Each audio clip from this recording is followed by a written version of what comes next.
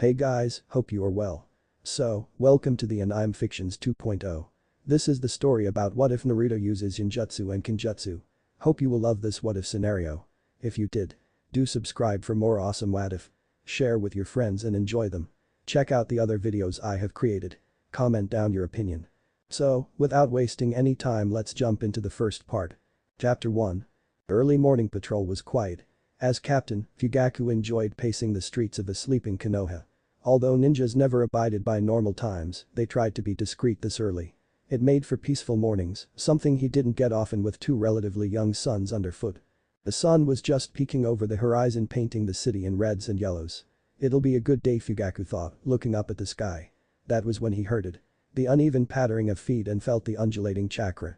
He immediately tried to identify it, as was procedure in the police force. Frustratingly, he found it much too different yet shockingly similar to clearly come to a conclusion. Rushing towards the noise, he came upon a boy no more than 12, wide-eyed and stumbling around. Immediately, he understood who this was and why the chakra was so familiar.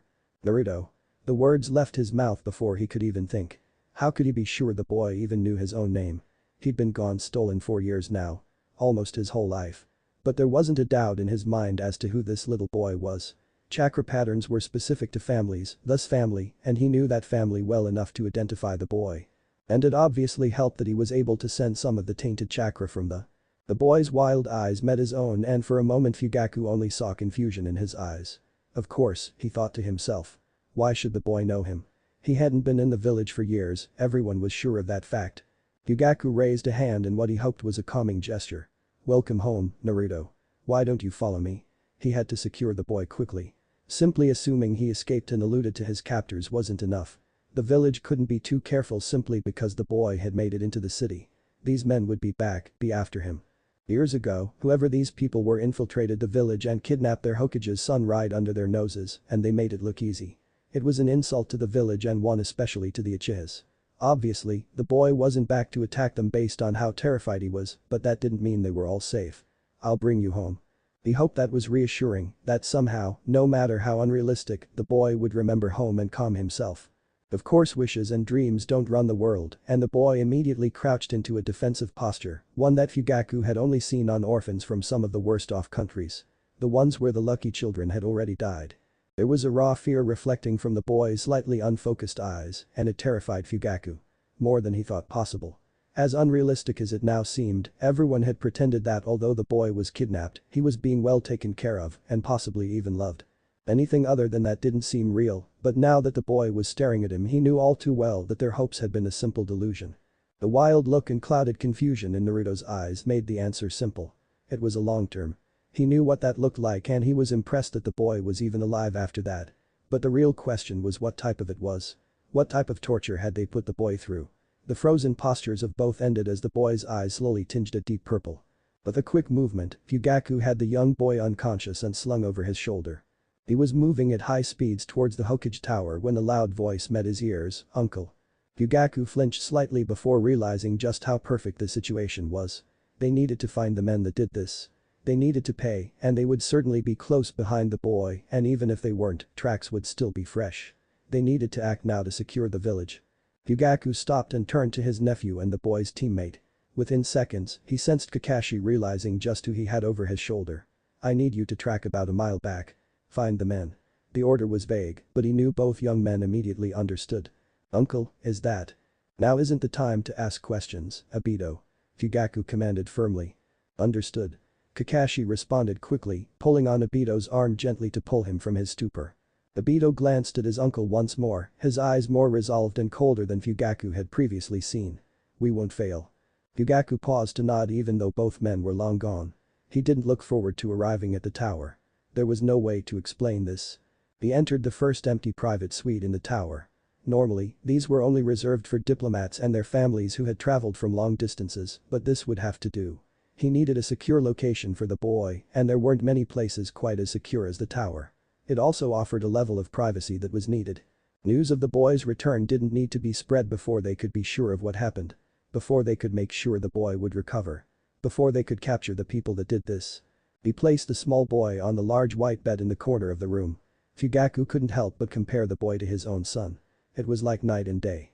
Even though it was obvious that the boy had not seen the sun, his pale skin was still darker than Sasuke's. His skin tone came from Kushina, and after a few hours in the sun, he would be just as dark as his mother. The boy was also smaller than his son. A few weeks obviously made a difference. And probably malnutrition. He shook his head trying to clear the image of the two boys playing side by side that had taken root. That was supposed to be their life, not this. Fugaku took a deep breath before touching the seal that would alert the Hokage to the room. It was set up for public relations. It looked better to have the Hokage coming to you than simple members of staff. He tapped his fingers on the doorframe for a moment before heading towards the window and releasing a crow that would fetch Inoichi.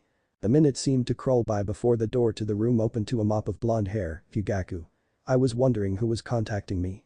I knew the room wasn't in use. What's wrong? Has something happened in the village? Fugaku raised his hand to stop the barrage of questions. We do have an issue. Fugaku turned slightly and gestured to the bed. There wasn't really anything he could say. We have your son back wasn't quite right. Minato stepped back a moment before rushing forward towards the bed. This is Dot. Yes. Your son. Minato sat heavily and Fugaku took a breath before continuing. There was no good way to explain what had happened. What was happening? He's not well. Naruto was in a state of complete confusion when I found him. He didn't seem to recognize Konoha and was immediately defensive when I approached him. I had to incapacitate him. What would do that? The confusion, I mean. Minato asked as he looked sadly at the smaller version of himself lying still in the bed. They had just got him back.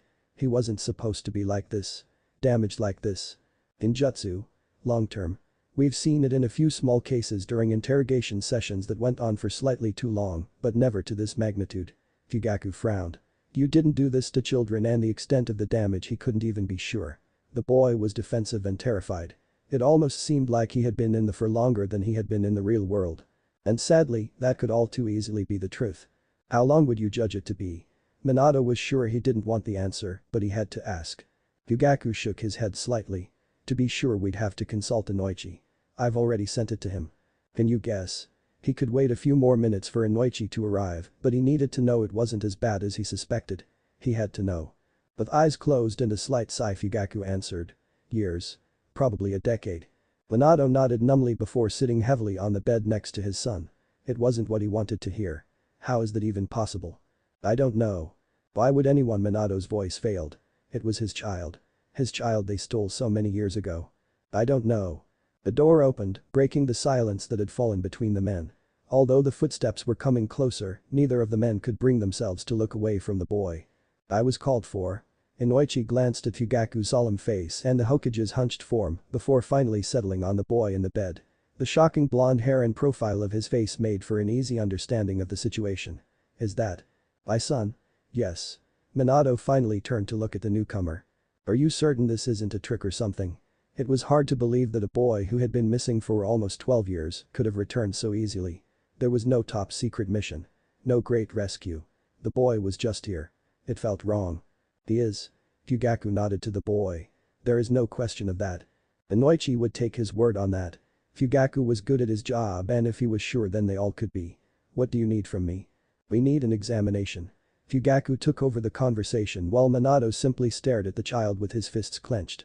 For what exactly? The child was placed under a long term. How long are we talking? Inoichi saw Minato cringe from his peripheral vision. Too long? Was Fugaku's frank assessment of the situation. Inoichi nodded before walking to the other side of the bed. Genjutsu could be extremely dangerous when used for longer periods of time and could make the mind unable to distinguish reality from the illusion or even dreams once released. Minato, I think you should get Kushina and brief her on the situation. Fugaku commanded gently. I want to stay. Minato stated firmly. And I suggest that you brief Kushina. Inoichi and I will come find you at the tower with a summary of the findings if you don't come back within the hour. I've also sent Obito and Kakashi out to find who did this. A mission form needs to be filled out before they return, which based on where I found the boy should be relatively soon. Minato looked up, seeming to want to argue again, but he trusted Fugaku. They had been family friends for years because of their wives' close friendship. Although it seemed like the man was trying to keep him away from his son, Fugaku was only being logical about the situation and he could be trusted to keep Naruto safe. With a sigh, Minato nodded and stood, pausing to look at his son once more. Hurry. We will, Hokage-sama. Inoichi responded. Fugaku closed the door firmly behind the devastated father. Do you need anything before we begin? Inoichi shook his head. The only thing he really needed was for this not to be happening. Closing his eyes, he leaned forward and placed one hand on the small boy's head and the other on his shoulder. Chapter 2. Inoichi rubbed his forehead harshly. What he had seen, what the boy had been through, was appalling. Working in the interrogation department, he knew that torture had different effects and sooner or later someone would break. Physical torture often broke a person and got you the information you needed. On the other hand, psychological torture took longer, but if done properly you could gain a tool along with the information. Instilling distrust and confusion in a person could turn the most seasoned shinobi against their village. What these people had done to the small boy was a step farther than ingraining distrust of Konoha within him. They denied him love and even attention. They stole everything from him. Why would they go so far? I don't understand. Fugaku sighed heavily. He knew immediately what they were after. Inoichi had informed him of what the boy had been through. It was sick and cruel. Children that are denied love and are ignored at a young age tend to be cruel, aggressive, and are unable to have healthy relationships, not to mention they have very little impulse control. Inoichi shook his head. Why would they do that, though? Try to break him like that? What would a child who was cruel and aggressive with no ties to a village and was incapable of forming a relationship do when they were presented with people that tried to reach out to them and love them? Attack like a caged animal, obviously. There's your answer. Inoichi was silent for a moment. What are we going to do? You said he was an attention seeker and wanted to make attachments. Fugaku sighed. At least it seemed the boy wasn't aggressive, which of course was ironic considering their first encounter. Yes. He is unwaveringly loyal at the moment, probably why they kept him in the. But it still troubles me that something was influencing there. I could see the wave patterns. It was probably the only thing that gave the boy the hope he needed. That is troubling.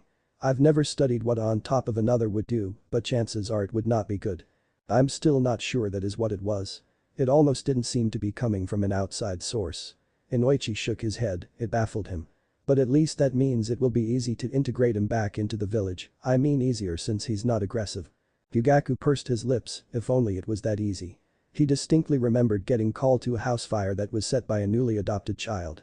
Although the little girl had been extremely happy about being adopted, after years of neglect, she had developed an intense anxiety which reached its pinnacle with the fire. Let's hope. Minato and Kushina were going to have to navigate the situation carefully. The boy had been alienated and scorned. He would be mistrustful, and based on what Inoichi had said, Fugaku was certain the boy wouldn't open up. He'd be the type that smiled and talked a lot but would talk just enough that he wouldn't have to say anything deep about himself. Where is he? Kushina's breathless voice interrupted their conversation. She hung onto the molding around the newly opened door, her fingers turning white from the intensity of her grip. Fugaku gestured to the bed behind him as Inoichi made his way around the same bed to bow to the Hokage's wife. He's still sleeping. Kushina nodded absently but didn't take another step forward. Fugaku had never seen a woman like this. Normally, she would be full of life, doting on her returned son or off seeking vengeance for him, but instead she was clinging to the frame of the door, looking as if she was going to faint. Minato stepped behind her, placing a hand on her shoulder and squeezing lightly. Let's go see our son. He's beautiful. Kushina's teary eyes looked back at her husband for a moment before she nodded. The couple moved into the room while Fugaku made his way towards the door. Inoichi bowed slightly before leaving, but Minato and Kushina ignored him completely. He wouldn't blame them. He would act the same in their position. Fugaku hesitated at the door. He wanted to give the family a moment of peace together, but he needed to debrief Minato or at least prepare them a little for what would come. Please stay, Fugaku. Minato's voice wavered slightly and Fugaku felt a pride build in his chest. Their families had always been close and held a great deal of respect for each other, but the strength of this man humbled him and made him proud to call him leader. Yes, Hokage. Fugaku stood taller as he stepped out the door and closed it behind him to allow for a few moments of privacy. Minato glanced back at the closed door. If he could give the man a commendation, he would. His guidance had been invaluable so far and it would be even more so in the coming days. Of course, he didn't look forward to informing him that Obito and Kakashi hadn't found the men. Fugaku took security seriously, which was why he was head advisor on village security and relations. He was furious, of course, but Fugaku was something more. He was calculating. Minato counted his blessings every day that their families were so close or they would have had a coup years ago, and more than a few of the Uchihas would have lost their lives. The way things had been going, the council most likely would have asked for their eradication. Thankfully that had been something that was unnecessary, but it would have been a tragedy on so many levels. He's so big. Kushina's voice broke as she swept a hand through Naruto's blonde hair. She couldn't take her eyes off of her boy. Just seeing him and knowing how much time they lost was heartbreaking. We have him back. Minato said firmly, as much for himself as for her. It was so hard to believe that simple fact. Somewhere along the way he had stopped believing their son would come home. He felt like a horrible parent, but this all felt like a dream, one that he was going to wake from at any moment. Can we bring him home? But we need a bigger bed and clothes. He needs clothes. Kushina laid her head on Naruto's hand. She was becoming quickly overwhelmed. Minato watched as her shoulders shook with her silent tears. It was devastating. But Kushina was right. The room they had kept was decorated for an infant. The shrine they had made wasn't prepared for the preteen in front of them. He was a boy that they didn't know. A boy that probably didn't know himself due to what those people did to him. We'll figure everything out. Everything will be okay. It had to be. Minato straightened. He needed to talk with Fugaku and then bring his son home. Fugaku, can you come back in? The door opened quickly, and Minato was thankful that the man was always so attentive. Obito and Itachi are bringing over an extra bed from our compound and the clothes Sasuke just grew out of. Kakashi is at your house packing the room so it is prepared for your son. Fugaku spoke without preamble, one of the many things Minato had always liked about him. You know the status then? Fugaku nodded. The only sign of displeasure that could be seen was in his clenched fist. Yes, my nephew debriefed me before I sent them off to set up for Naruto. Mikoto is also planning on bringing dinner for you later. Kushina stood up abruptly and then bowed deeply. Thank you. No thanks are ever needed. Fugaku said firmly before mentally steadying himself. There was no easy way to have the conversation he needed to have with them. You were told he was under a long term. Kushina looked towards Minato and then nodded. Yes, but no details. Fugaku closed his eyes and took a deep breath. Minato felt his stomach drop watching the normally unshakable man attempt to compose himself. I was correct when I originally guessed it was for most of his life. It appears that he has been away from us for his entire life. Kushina gasped and grabbed Minato's hand tightly. Fugaku couldn't sugarcoat this. There was no pretty way to say what they needed to know. He does not believe he has a family. Emotional abuse was inflicted on him for years on end. They supplied him with no emotional support, and images of actual village members were twisted to become the inflictors of this abuse. This was probably done to give legitimacy to the illusion when they released him.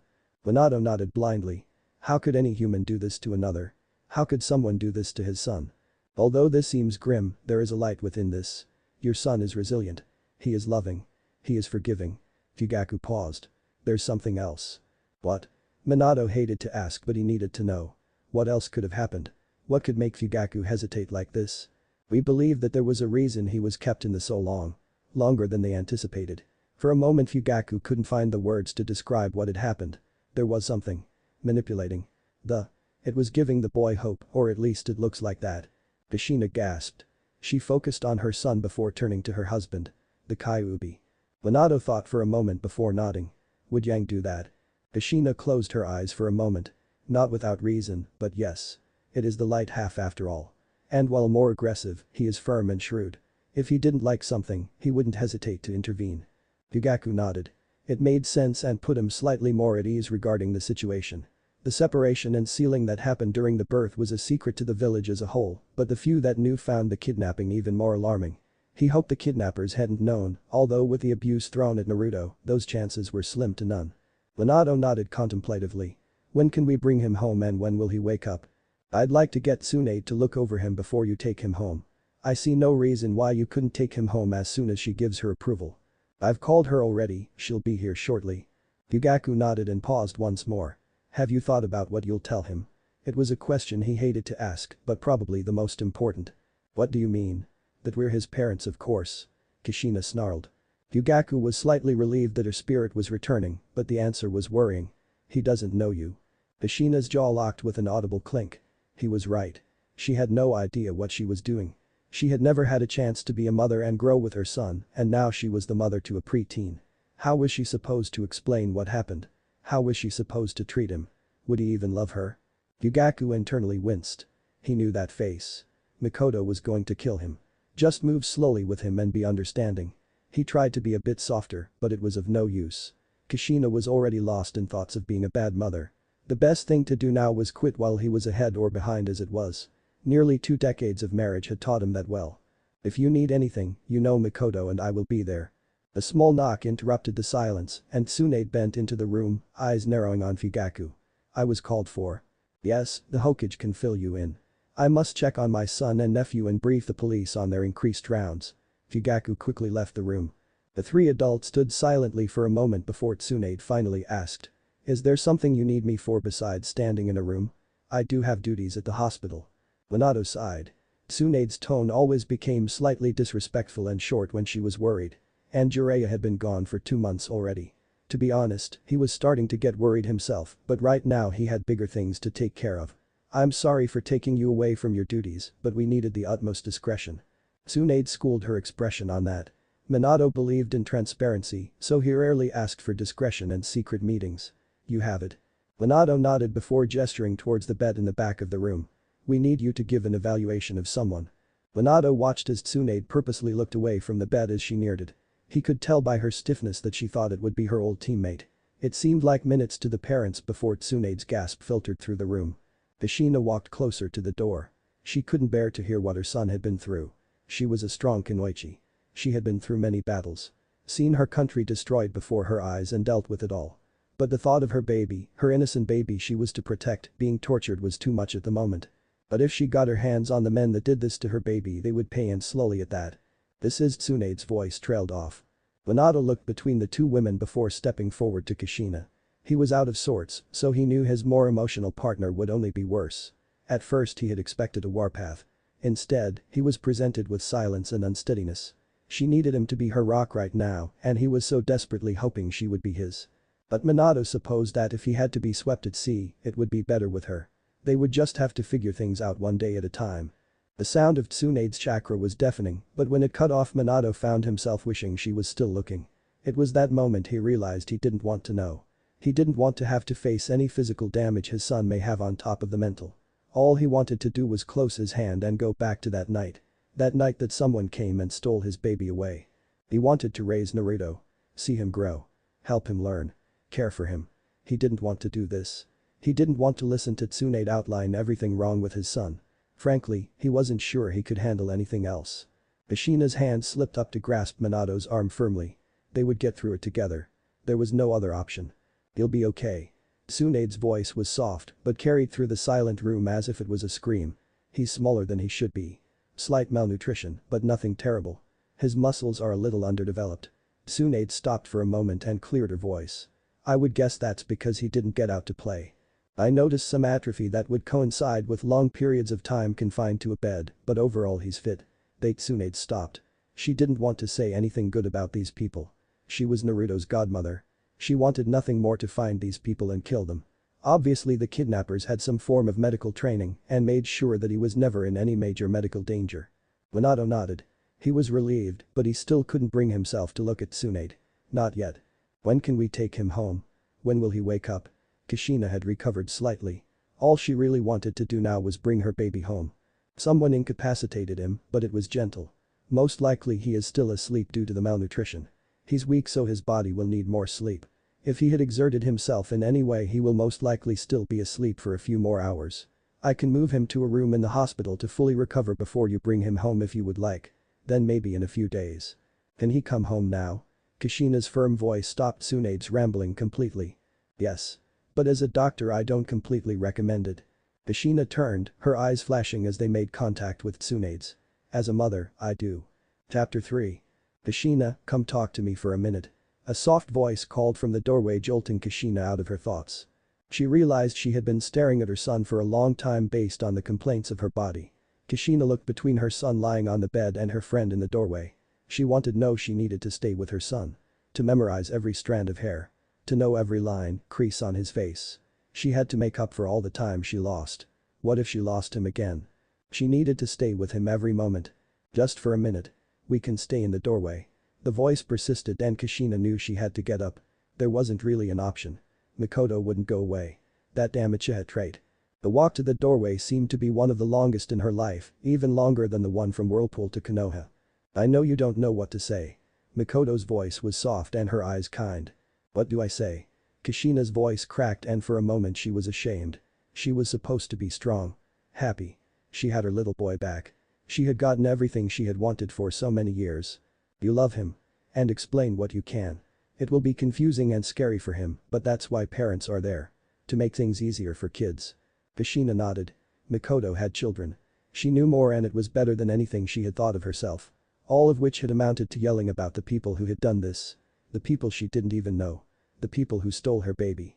Kushina was used to being over-emotional, but never in anything other than her temper, so when she found herself choking back sobs, she was genuinely alarmed. Makoto just gave her friend a small smile and a firm hand on her shoulder. "It'll be okay, but it won't be easy." She sighed heavily. "He isn't just going to love you right away.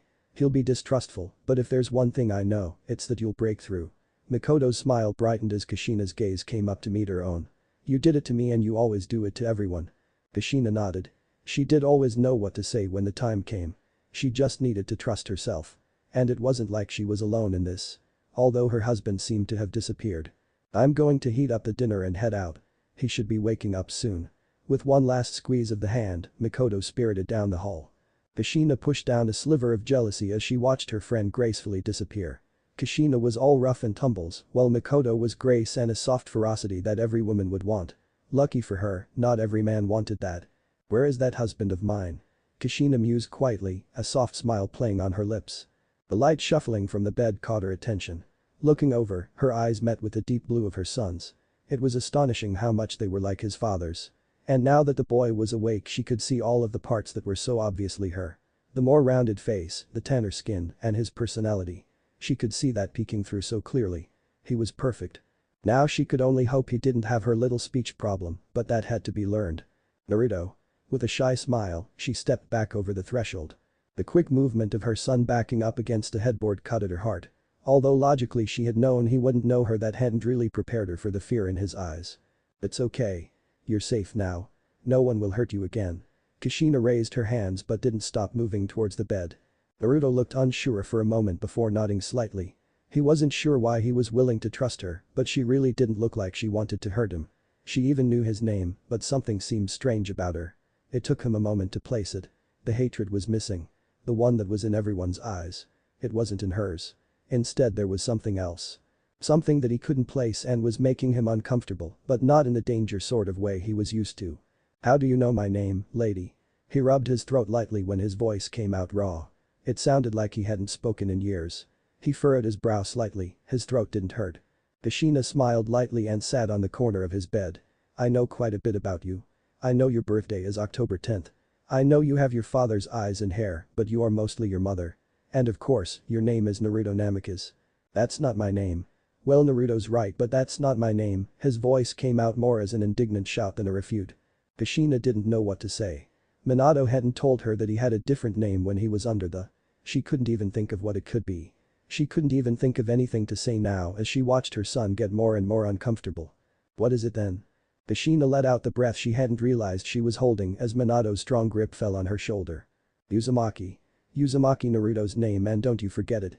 I'm gonna be Hokage one day." Minato just hummed lightly. This wasn't information that Fugaku had supplied him with, but it did make sense. Alienating the boy would be easier if there were no family history to remove from the official records. The type of was extremely detailed, and changing Naruto's last name would be easier than removing every record of Namikaze that had ever lived in Konoha. Kushina had been the first Uzumaki by name, and she had never actually completed the requirements to become a full citizen.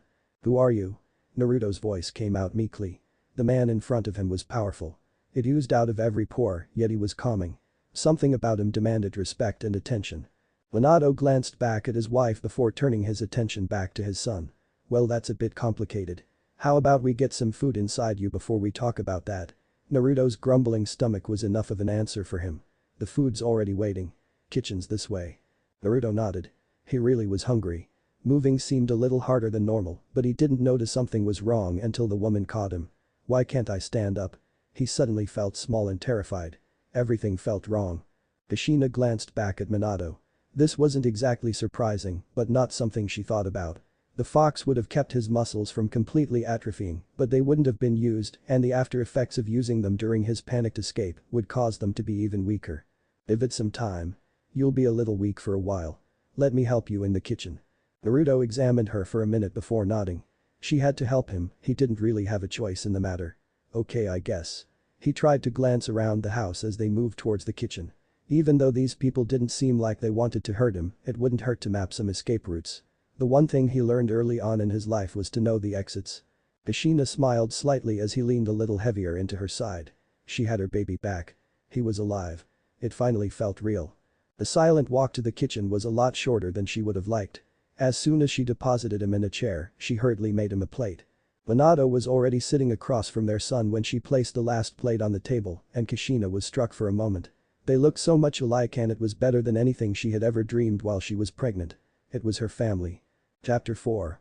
Minato watched in an awed silence as Naruto shoveled the meal Makoto prepared into what seemed like an endless pit of a stomach. It was hard, but he tore his eyes away from his son to glance at his wife, who had barely taken 2 bites of her own plate. He couldn't exactly blame her, he was only about halfway through his own meal. But at the rate their son was going, Kushina would be without her usual thirds.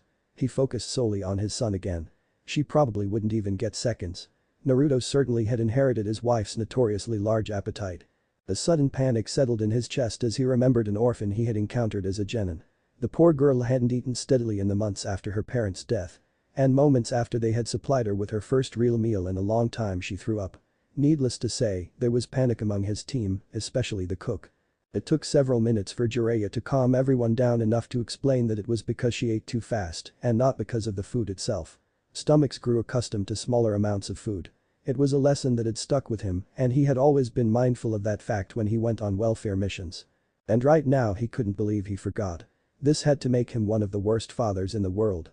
To overlook something that might seem small to an outsider but would be absolutely devastating if it happened. There was no way the captors had been feeding Naruto the standard way, so his body wouldn't be able to handle this rapid intake of food. And the last thing they needed was to have their son get violently ill. He had been through enough.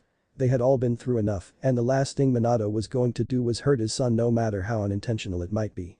His job as a father was to look out for his son's best interests, and he was going to do that no matter what it took. Minato grasped for something to ask Naruto that could get him talking. They had yet to say anything to him since they sat down at the table. Frankly, he didn't know how to talk to his son, not that his son even knew who they were. Which of course only made things more awkward. How do you talk to a complete stranger? How do you get them to trust you? What do you remember about today? Minato internally flinched at the question. It was terrible. How was that for starting a conversation? And what would he do to slow down the boy's eating if he answered nothing? Naruto paused, his hand holding the chopsticks, still full of noodles, hung midair as he studied the 2 people before him. That was a weird question. In fact, waking up in a random house was weird. He hadn't really thought about it before he started eating. He was always the first to think later type. Or at least that's what Iruka-sensei always said. It was hard for him to pinpoint how everything was strange, but the entire world felt strange to him. Except for the noodle dish in front of him. That was just amazing. Naruto rested his chopsticks back on his bowl and pushed it slightly to his right so he had a clearer view of the pair in front of him. Iruka-sensei had talked about when things felt wrong, but he hadn't really paid attention. Early on he found out that it took very little attention for him to at least pass. He didn't need to be the best in class, he just had to get out of the academy and start proving himself so he could become Hokage. You didn't need top marks, just a love for the village and the best. But right now he was wishing he had paid more attention to the academy lessons. He scratched the back of his head absently, it was something like Genjutsu. Or ninjutsu. It was important. One of the major ninja skills. With a sudden jolt Naruto remembered exactly what it was called. A wave of panic rushed through him and he pushed his chair roughly from the table. Naruto cursed his weak muscles when the chair didn't even move enough to let him get out cleanly. Why was he so weak? And why hadn't he paid more attention in class? He couldn't remember how to break one of these or even how to really tell if you were really in one. Minato's first instinct was to reach for the boy, but he knew that would only cause them more trouble. In a panic, Naruto could call on the fox's chakra and hurt himself. With a side glance at Kushina to make sure she didn't move, he calmly raised his hand into the air. No, you aren't. He tried to sound firm, yet reassuring. How would I know? I'm sure you wouldn't just tell me. Not if you're trying to kill me or something. He would have already been up and running if he hadn't felt so weak. Naruto wasn't sure he would make it 15 feet to the window, even with the adrenaline pumping through his system. He could barely move a chair. Do you remember learning about chakra disruption at the academy? Stopping the flow of chakra momentarily will dispel a, Kushina supplied gently. The only way to bring reason back to the boy would be to prove that this wasn't just a trick. If he was anything like her, she needed to let him realize it himself. It was hard to not just refute his claim. But take him in her arms and tell him everything was okay now. It was like a knife to her heart to hear him believe that this world, the real world, was all the time stolen from him. From them. Naruto took a deep breath to try and calm himself. That sounded right. Now that she said it, he remembered Iruka-sensei instructed them on that. Class ended before he got a chance to try it, but from watching the other kids, he guessed it was easy enough. Centering himself, he brought his hands together and stopped his chakra flow momentarily. He opened his eyes again to find the two adults still sitting in front of him. Sheepishly, he pulled the chair back towards the table. Sorry. Minato shook his head, smiling tightly. Nothing to be sorry about. Vigilance is a good thing. Naruto eyed them.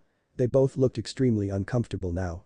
Like they had sucked on a lemon or smelt something bad. He couldn't really decide which was a better description. Maybe they were just really good at and were waiting until his guard was down to strike. Naruto mentally made a note to try again when they wouldn't suspect it. I guess so. Minato tried to dampen his growing smile at his son's obvious suspicion. It was a good trait and it seemed that his son had inherited his good instincts. He was sure that quick thinking would get him out of a mess or two when he was older. So. Can you tell me what you remember? Anything that you can't remember, we'll do our best to fill in. Alright. Naruto shrugged slightly. What was the harm?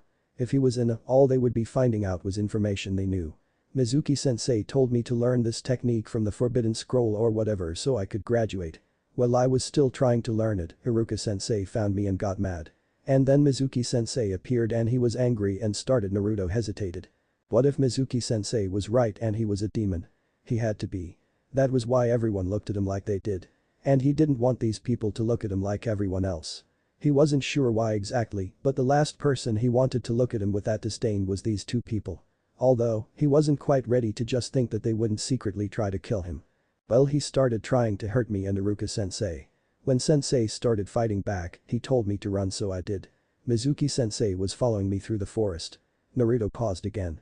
Things were fuzzy here. Then I was on a table. But that's not right. I don't know if he must have caught me and knocked me out or something. I don't remember. He shook his head roughly. I made it outside the building I was in back into the forest.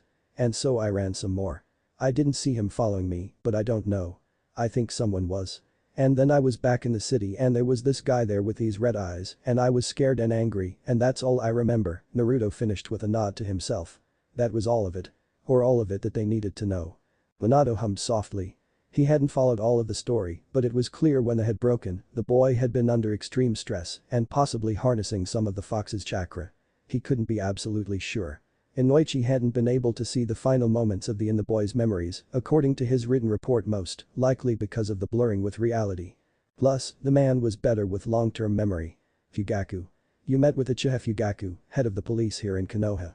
I'm sure you've seen him around. He was the one that brought you back to us. Uchiha. He can't be. They're all dead except for Sasuke. Naruto was genuinely dumbfounded. There weren't any Uchihas left and Konoha didn't have any police. They had ninjas and a lot of the policing was done by the Anbu. Or at least when it came to him. Dead? Kushina repeated back. That was hard to imagine. Her best friend is gone. A vital part of Konoha is gone. Just what was this trying to do getting so far from the truth? Shouldn't it have been kept close to a normal Konoha? Wouldn't that make more sense? Naruto nodded slowly. How could they not know? He wasn't exactly the first person to hear things, but he remembered hearing all the villagers talking about it. Yeah, people call it the Uchiha massacre. I heard some people saying that Sasuke's brother did it. I don't know if that's true, but there can't be any Uchihas left. These people had to be crazy or they were just pretending this was Konoha. But if there really were Uchihas here, why didn't they just go back to the real Konoha? Naruto rubbed his temple harshly. He was getting confused thinking about this. Kushina glanced at Minato from the corner of her eye. This was going to be a lot more complicated than they had originally thought. How were they supposed to explain to him that an entire clan did in fact exist, let alone that they were his parents? And he already knew Sasuke. Or a version of him. How would they be able to explain that? Kushina decided to broach what now seemed like the easier aspect of everything her son said. Why do you think we'd kill you? Huh? Naruto questioned as he focused his full attention back to the woman in front of her. He absently noted that she was really pretty with her straight red hair and that the blonde guy must be lucky to have her. Kushina smiled slightly at the absent look on her son's face. He was a little boy. Everything she had hoped and dreamed of. Earlier when we were telling you that you weren't in you pretty much said that you thought we were trying to kill you. Why? Naruto frowned and looked away. What was he supposed to say to that? Normal boys and girls his age probably didn't think that nice people were trying to kill them. He tried to shrug nonchalantly. It happens sometimes. He hoped they would drop it at that, but from the little he talked to them, Naruto knew he was just in for more questions. Minato's eyes narrowed. Inoichi had written that his son was mistreated. Mistreats and attempts on a life were two drastically different things. What do you mean it happens sometimes? Naruto pulled the bowl of noodles back towards him. He wasn't really hungry anymore, but if he went back to eating maybe they would stop asking him about this. Look, it's nothing. Sometimes people get a little mad at me, okay? They're just stupid and drunk. That's what the Hokage always tells me anyway. That's why I have Anbu. And I'm fast. They don't catch me often. Naruto eyed the noodle he picked up with his chopstick. He didn't just feel full anymore, just looking at the food was making him nauseous. Or maybe it was the topic of conversation. Kushina and Minato shared a heavy look. They wouldn't be able to get any more out of the boy on this topic. Minato vowed to have a long discussion with Inoichi tomorrow about giving detailed reports. He was certain the miscommunication lay with the blonde man. Fugaku wouldn't have left that out. In fact, he had been very clear when he said emotional abuse. Naruto, you're probably tired. Why don't we let you get some more rest? Kushina took pity on her son.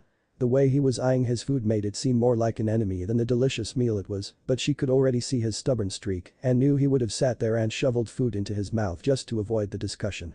Makoto had been right when she had predicted that her and Minato's son would be extremely stubborn.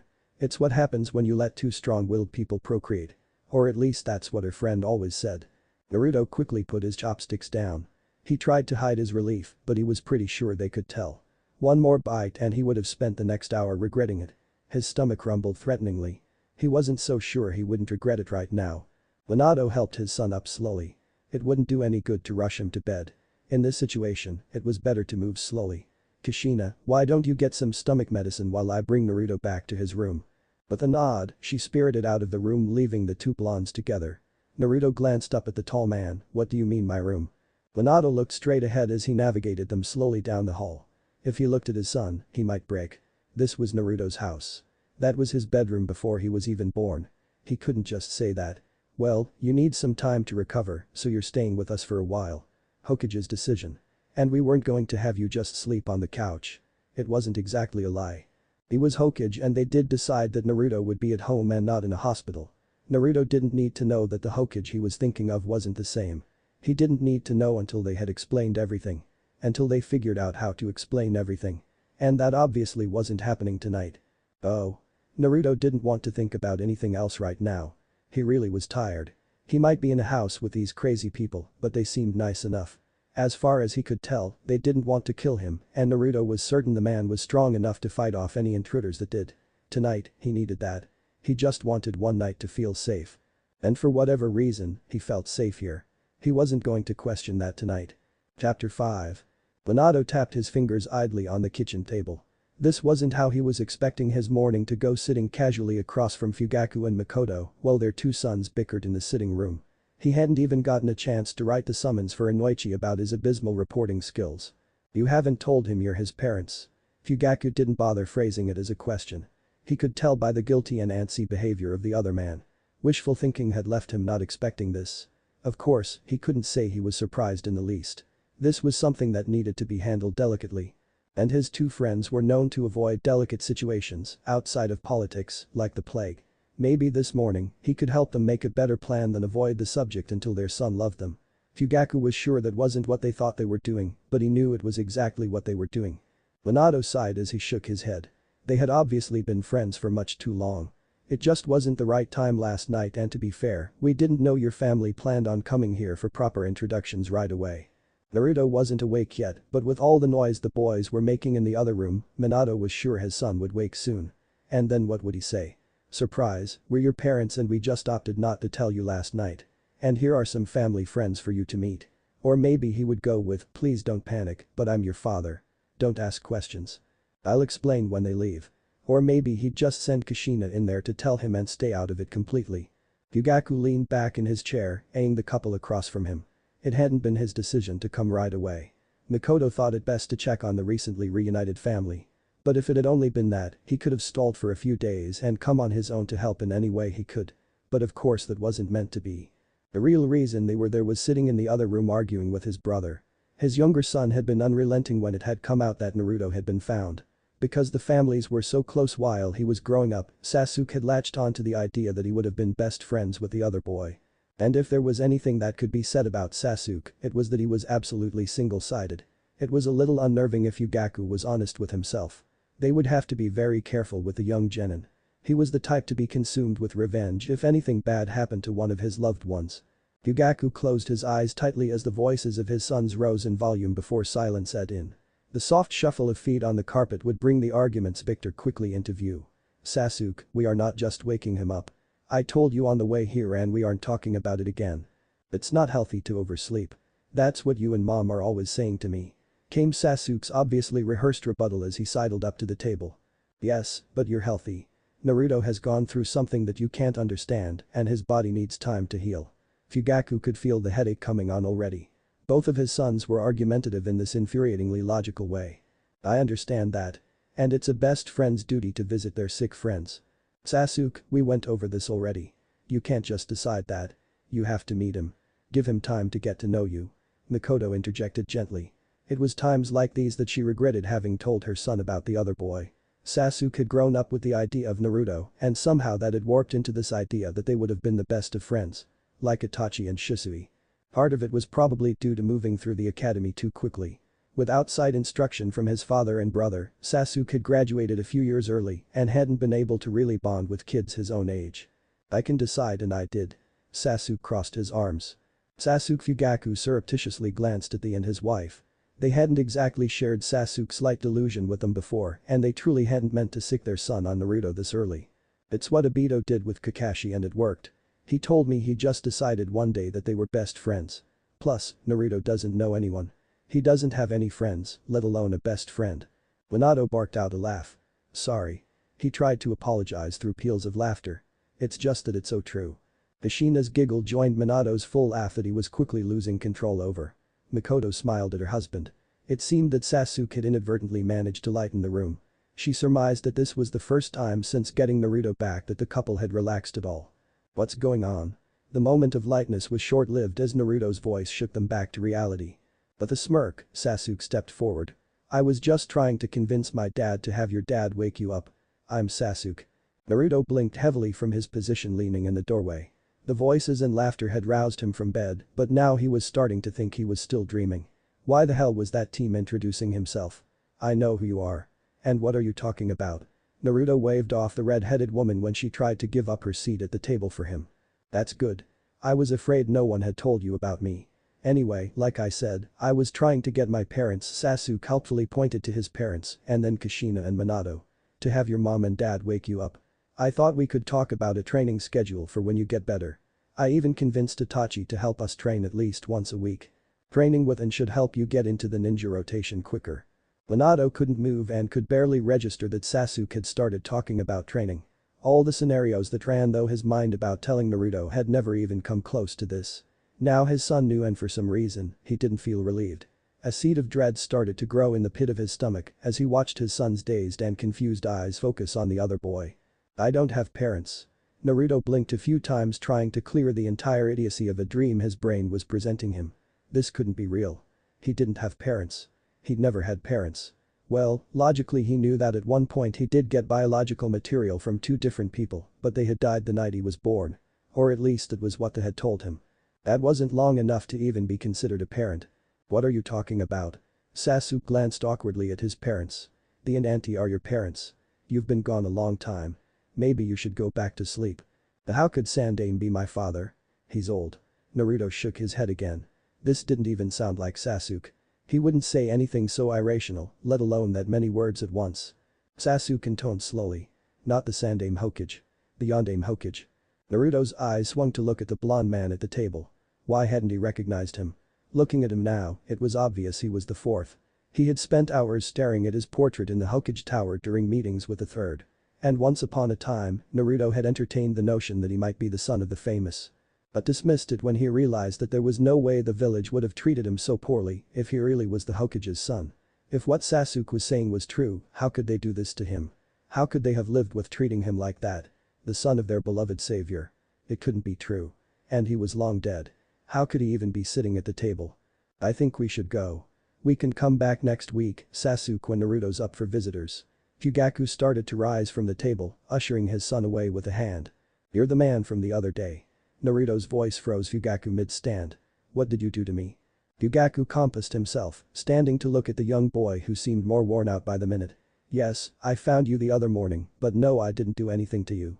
I simply incapacitated you when you became aggressive and brought you back to your parents.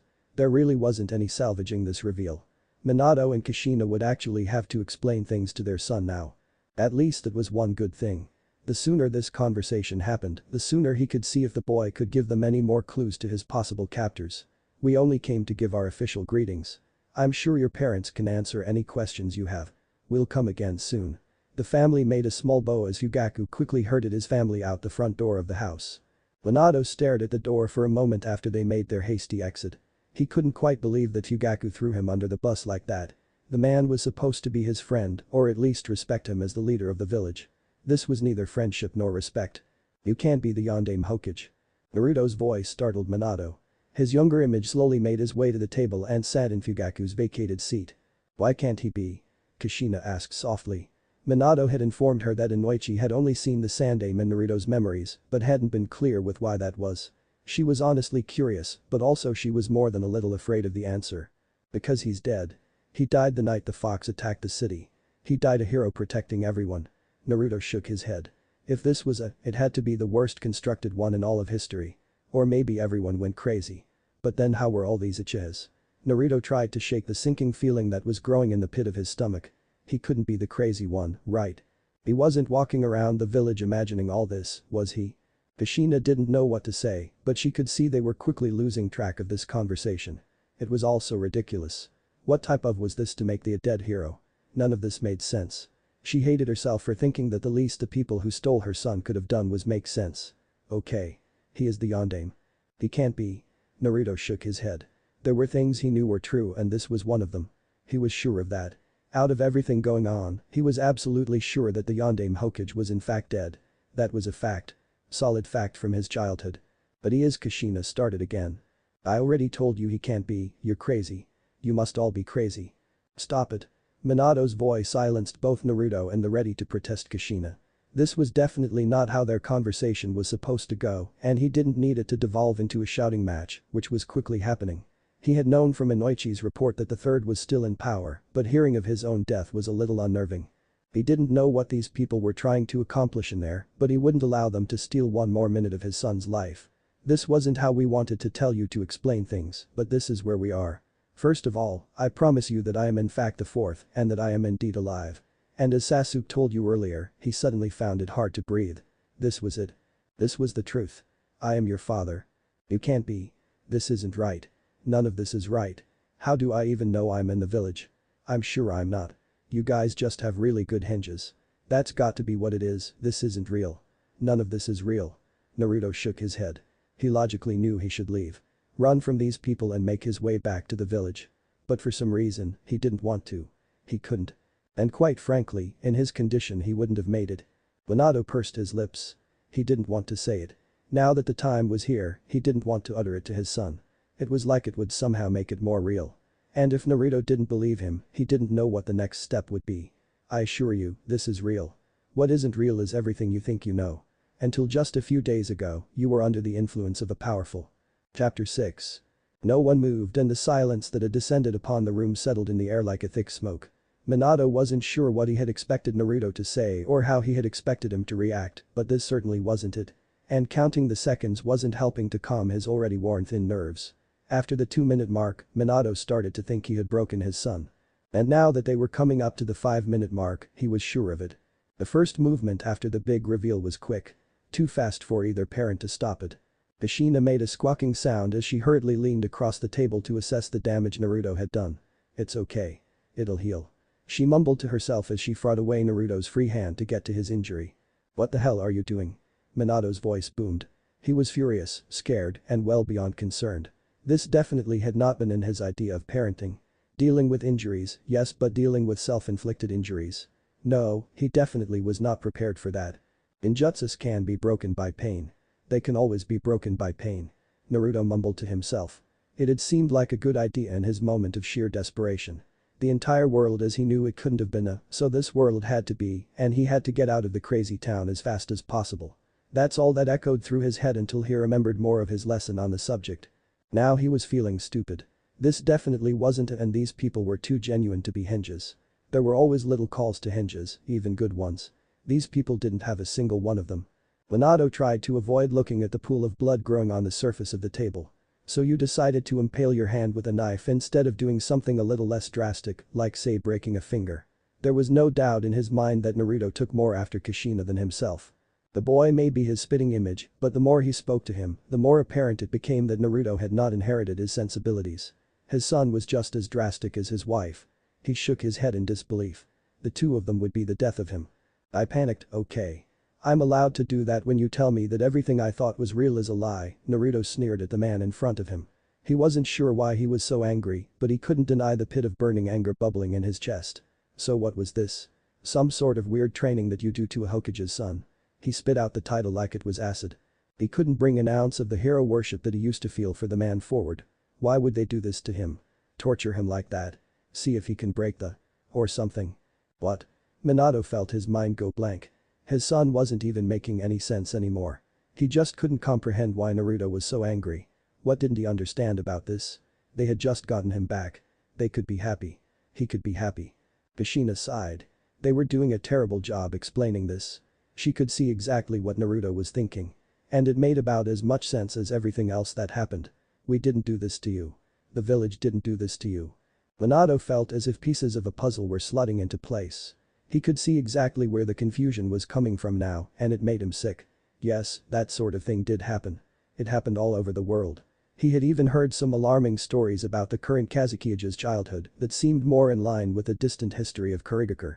While the country had since aligned itself more with the shinobi values after the end of the Third Shinobi War, not everywhere was living in the modern times that Konoha enjoyed. Of course we didn't do this to you, Naruto. Minato tried to calm himself. Normally, he was more rational in these types of volatile situations, but his son being hurt, angry, and confused wasn't his normal situation. So what? You expect me to believe some other country stole me, put me in some world warping, and then just let me come back home? Why? Naruto shook his head. He wanted nothing more than to leave the room, stop this stupid conversation, but the idea of getting up seemed more than unreasonable in his current weakened condition. Maybe not a country, but overall yes. Kushina answered softly, startling Naruto slightly as she slid into the chair next to him. Someone took you from us and we just got you back. Naruto shook his head harshly and shifted away from the woman next to him. He tried to ignore her gaze, but even when he wasn't looking he could still feel it.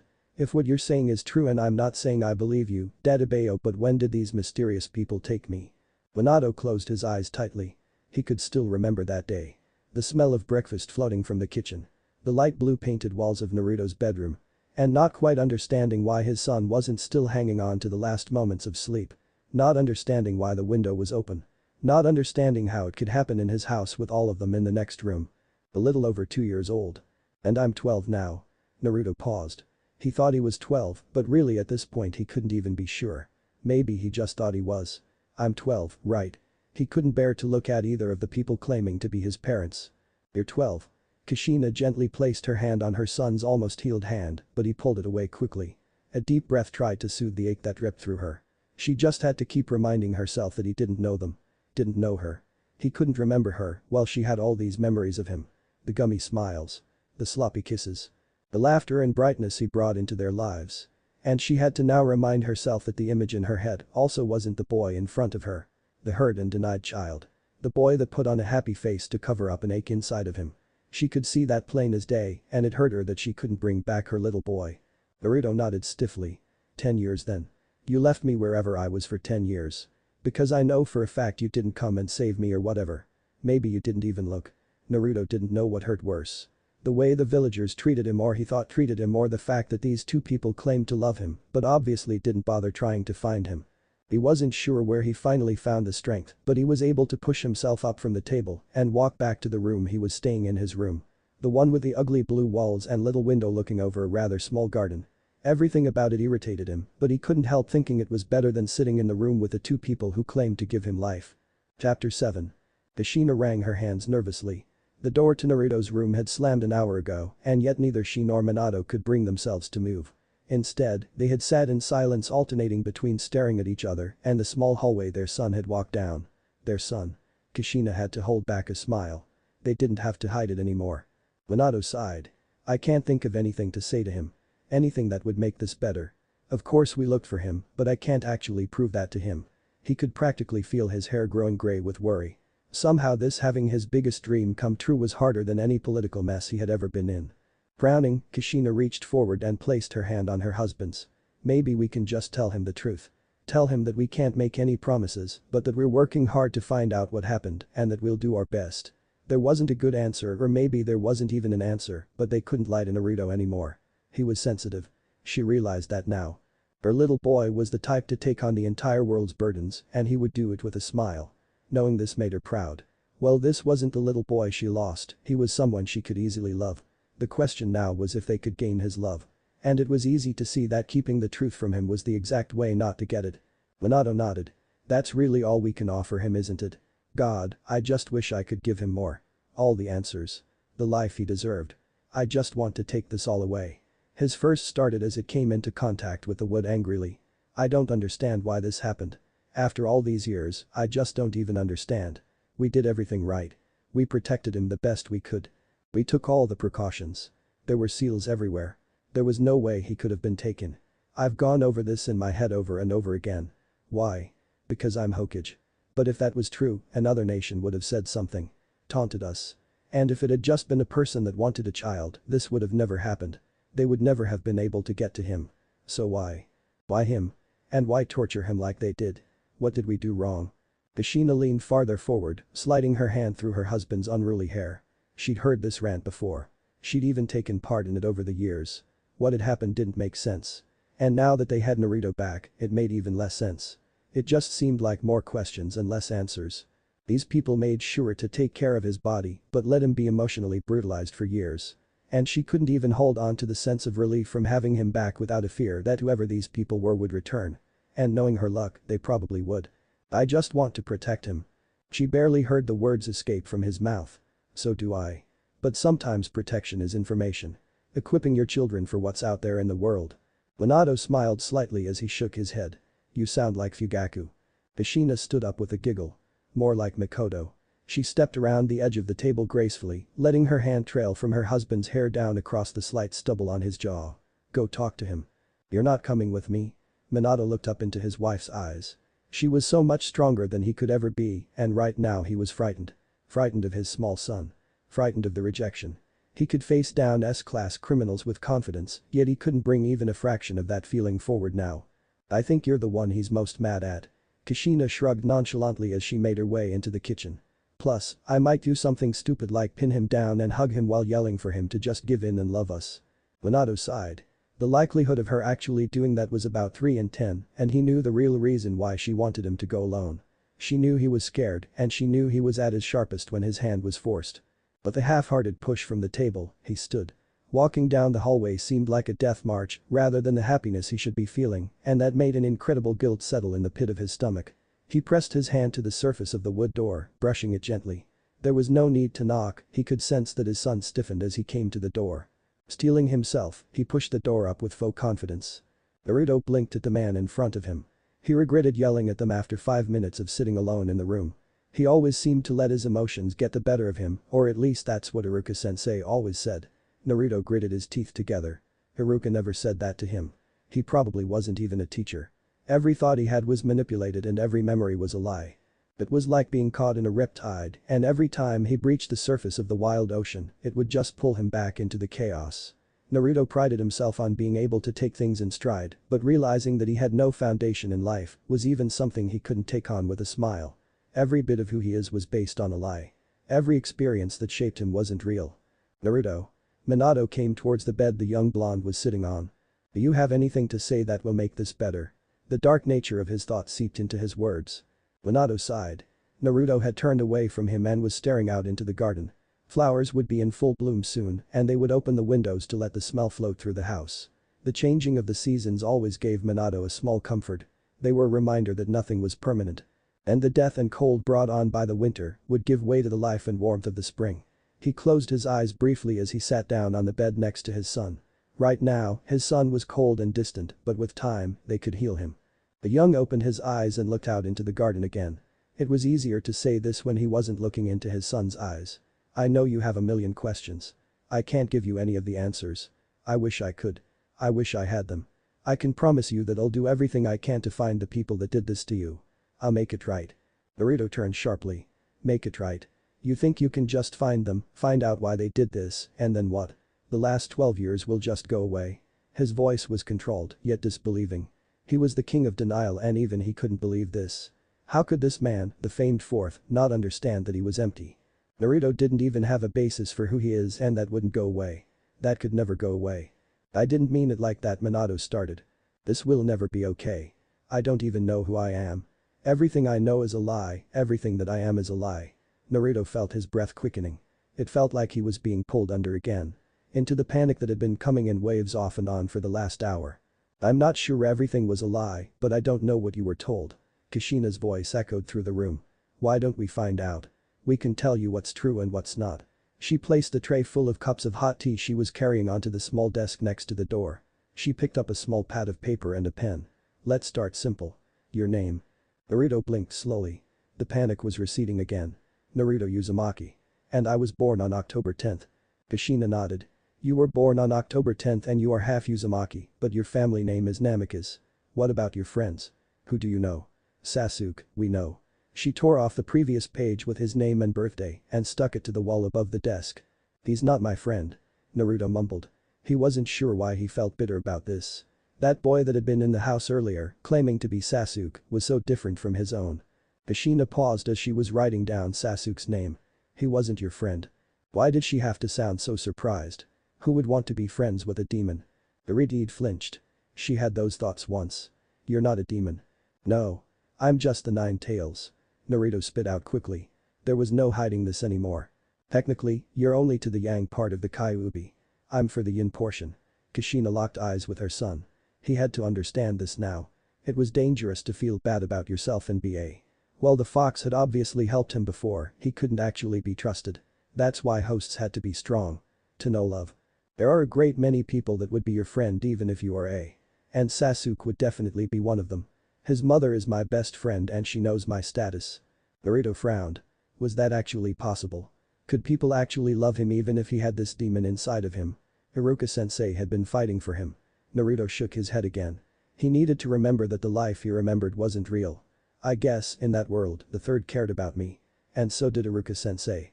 Kushina wrote down the third's name and stuck it on the wall. She tapped the pen lightly on the pad of paper and looked towards Minato. Why aren't you writing down Iruka-sensei's name? Naruto scratched the back of his head. Both adults had stopped responding and instead were looking at each other. It was unnerving. Minato furrowed his brow and looked back at his son. You've mentioned him before to us. Yeah, of course. He's my academy teacher. He is an academy teacher, right? Naruto suddenly became uneasy. Something wasn't right. You interacted with him a lot? Minato asked. Yeah. Naruto's unease grew. You said he was there before you woke up here. Yeah, he was trying to protect me from Mizuki-sensei. Minato closed his eyes. He didn't want to make his son uncomfortable talking about how much they knew already, but it had to be done. You know we looked through the before you woke up, right? Naruto fidgeted. He had thought that may have happened, but it was something else entirely to be told his entire life had been examined by who knows how many people. Or at least his fake life had. I figured. The older blonde nodded. The last moments of the were muddled. We've attributed that to the fox, but there were other parts of your life that weren't right as well. We couldn't see much of your time at the academy especially. Okay. Naruto intoned.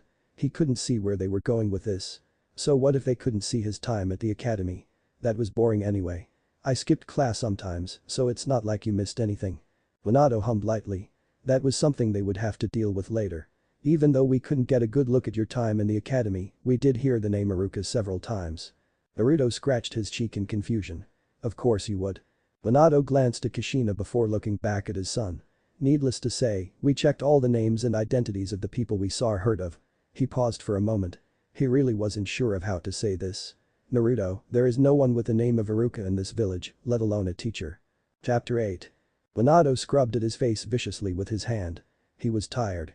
It had been 4 months since Fugaku found Naruto. 4 months and no answers. Naruto's memories, if they could even be called that, hadn't shed any more light on the situation. There were people that didn't exist in the version of Konoha, and then there were people that acted differently were different. It was one of the worst that he had ever seen. The entire thing seemed sloppy, except the fact that there were no signs of his assailants in the real world. The trail Kakashi and Obito had followed those months ago had found nothing except an empty building. Even the small traces of his son that should have been in that building were gone. It was as if they let Naruto run and cleaned up the area around them instead. They were impossibly good at covering their tracks. Which made him wonder if the mistakes in the were there on purpose or if they simply were that bad at. But if that wasn't their strongest skill, they probably wouldn't have been able to keep him subdued for so long. It was an enigma really. The idea of it somehow being a trap kept sneaking into his mind, but it couldn't be a trap. They had extra tests performed on Naruto to confirm that he really was their Naruto, and they were able to confirm that whoever cast this hadn't done anything that would outright poison Naruto's view of Konoha, just twisted and instilled distrust. The more he thought about it, the more he found himself confused. Okajama. The knock on his ajar door was perfunctory. You called us. Minato nodded at the three men standing before him. Sit down. Please. He gestured to the three chairs he had placed in front of his desk while waiting for them. Of course. Fugaku sat first as Inochi and Shikaku took the remaining seats. I understand that you've been debriefed on the situation, Shikaku. I would like your insight into how this situation could be considered a trap of some sort failed as it may seem. There are just too many questions to believe that this was poorly performed. Minato sat back in his chair. Talking with only Fugaku had gotten them nowhere, so when the other had suggested Shikaku, Minato was more than happy to welcome him into the fray. Shikaku's intellect and less vested point of view would bring just the insights they needed, or at least that's what Minato was bargaining on. Letting one more person find out what exactly happened to Naruto was dangerous. Classified information needed to stay within as few people as possible. Shikaku closed his eyes for a moment, inhaling deeply. This entire situation is troublesome to say the least. I've thought about it deeply and I've come to the conclusion that it is some sort of strategic move. He paused, glancing at the other men in the room. They were all on alert, but they weren't alert enough in his opinion. He could already tell that as brilliant as both Minato and Fugaku were, they were blinded by the gift they got in the return of Naruto. They saw this miraculous return as a kidnapping and torture that somehow failed. He couldn't see the big picture yet, but he could certainly see that this wasn't a failed move. This was planned. And worse yet, whatever was going on was working just how it was planned, and this was only the start of things. So do you have any idea what this plan was? Minato sat forward, resting his elbows on the top of his desk, papers shifting beneath him. Not was, Hokage-sama. The real question is what this plan is. Shikaku looked away from his leader's face. He couldn't bear to see the emotions that would cross over the man's face. I can't agree with you there, Shikaku. Fugaku interrupted the silence that had fallen over the room. We know that it was the fox which broke the boy out of the and had influence several times during the overall casting. Shikaku shook his head. And yet the fox was not able to break him out any of those times, and the fox wasn't able to hold his influence for more than minutes. Minutes that did matter but not enough. Inochi broke his silence to question his teammate. What do you mean by that? It means that the people, and I'm almost sure it was a group of people, made adjustments for the fox. You told me that the influence of the fox had been fewer and far between lately. I know that the initial thought was that the fox had been waiting to break Naruto out, but I don't see that as likely. So you're saying that you believe it was all planned, even his escape? Minato let his forehead fall to his hands. Did that make his son a danger? A danger to the village? He just got the boy back, he didn't think he could choose between the village and his son. No, he did know the answer to that. He would protect his son at all costs. He would give him a life where he no longer had to worry or fear. And he would do it while ensuring the safety of the village. Yes, Hokage-sama. I'm sure of that. But I don't think they have Naruto acting as a sleeper spy. This is something different. If I had to hazard a guess, I would say it's a lot more insidious than that. Over and over again, these people told Naruto that Konoha couldn't be trusted through the actions of real villagers. They tried to sow the seed of distrust. Shikaku felt the pieces of the puzzle falling into place, and the picture coming together was alarming. It wouldn't have much impact or make a point for them to just take him from you or to let him come back to attack a village he didn't know. These are people that want to make a point. They're angry and bitter, and worse, they are confident enough that letting Naruto come here will prove to him that Konoha is bad. And then he'll abandon us for them. Fugaku finished quietly. What after that? Will he attack if they are able to convince him that Konoha is evil? Is that the ultimate betrayal? Fugaku quickly imagined several scenarios. Inochi spoke up again. No. No, he won't. I know that much about how the mind works. Even if they manage to convince him to go to them, he would never be able to bring himself to attack a place that he considers home.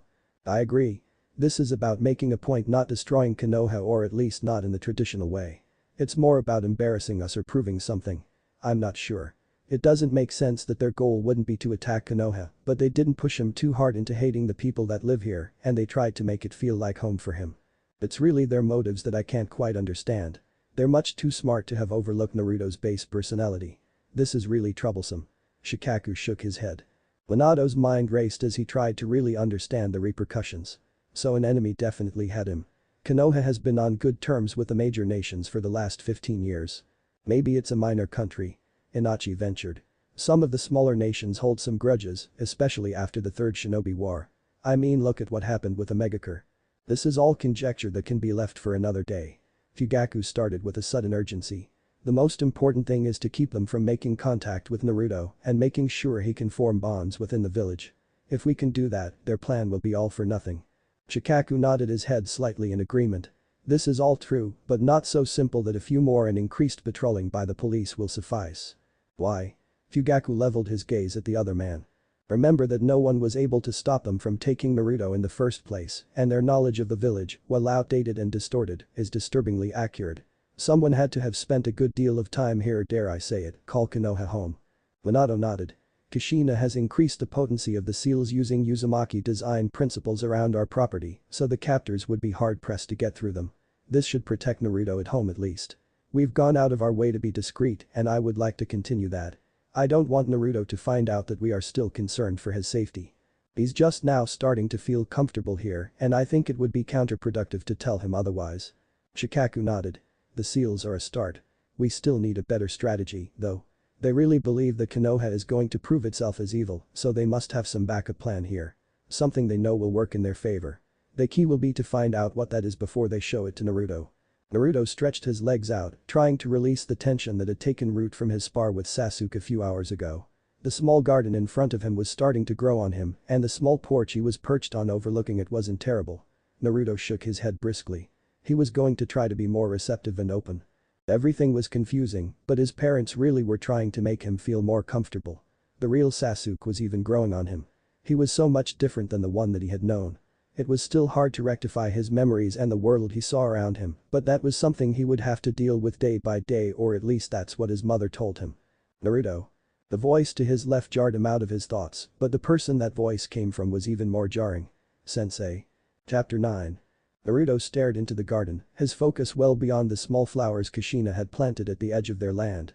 His fingers twinged from the heat of the burning remnants of the paper in his hand. Naruto. The low voice caused the younger boy to start from his thoughts, the paper falling onto the ground below him. He mentally struggled to not look down at the smoldering paper. Iruka-sensei had taught them that if you don't pay attention to something you're doing discreetly, the people around you are less likely to notice it as well. Looking at the piece of seemingly innocent paper on the ground would only draw Itachi's attention to it if the older boy hadn't noticed it already. Are you coming to pick up Sasuke? Naruto was impressed with how steady his voice was. If Itachi had come just 10 minutes earlier, the entire situation would have been very different.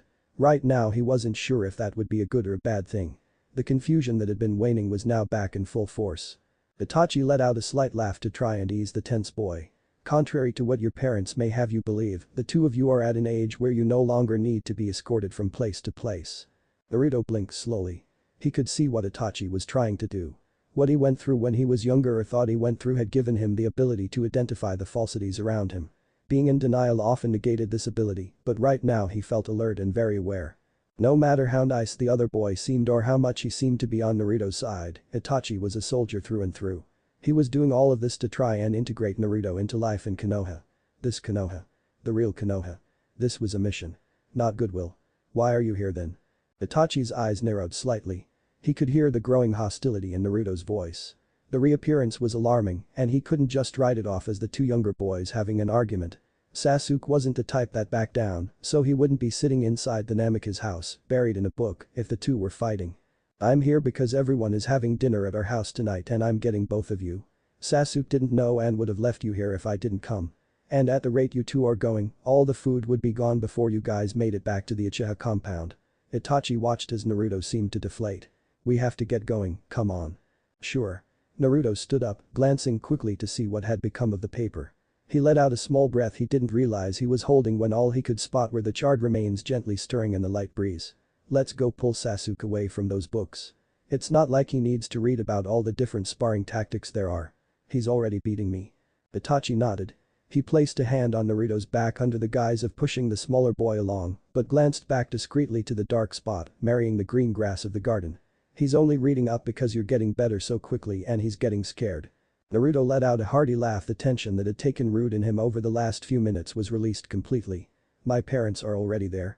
Yeah, I think Kushina is helping my mom cook. Naruto nodded.